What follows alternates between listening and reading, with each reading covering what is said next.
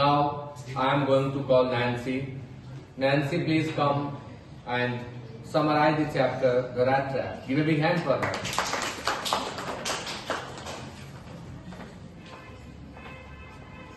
Good morning everyone. Myself Nancy Kumari, and first of all I would like to thank sir for giving me this opportunity to summarize the chapter The Rattrap.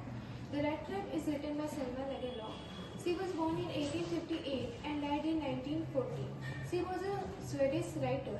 A universal theme that runs through all of the stories of Selma Lagerlöf is a belief that the essential goodness in human beings can be awakened through love and understanding.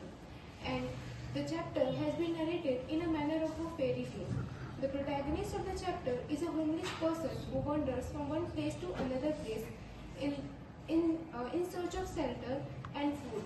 No one can imagine how sad and monotonous life it can appear to such a vagabond. And he thinks that the whole world, with its lands and seas, its cities and villages, was nothing but a big rat trap.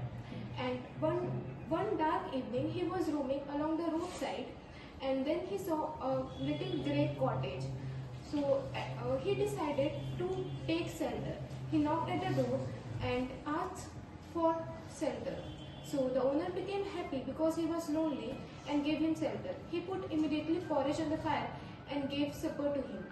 And after that, he also told the peddler that in his days of prosperity, his host was a crofter at a Ramsujo ironwork factory, and he had also worked there.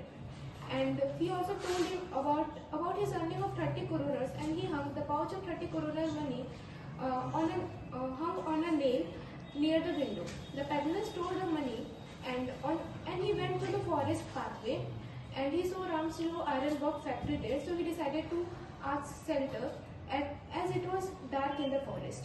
And he asked the iron master for shelter. So iron master nodded with a haughty consent without honoring him with a single word. On that night, the owner of the factory was on night rounds. He saw peddler laying behind the fireworks, laying near the fireworks. So he misunderstood peddler as his old friend named Knowles Olive. So he invited him to his home for Christmas. So the peddler refused again and again, and after going to his home, he realized that his daughter's behavior and kindness changed his personality and nature completely. Before going to their home, he wrote a letter to Edla, and in that letter he thanked Edla for his kind behavior, and he also gifted a brass rat trap to her. At last, I would like to conclude that it is respect, compassion, joy, and understanding that makes life worth living, and not the materialistic things like fame and objects. So that's all. Thank you all of you. Very well.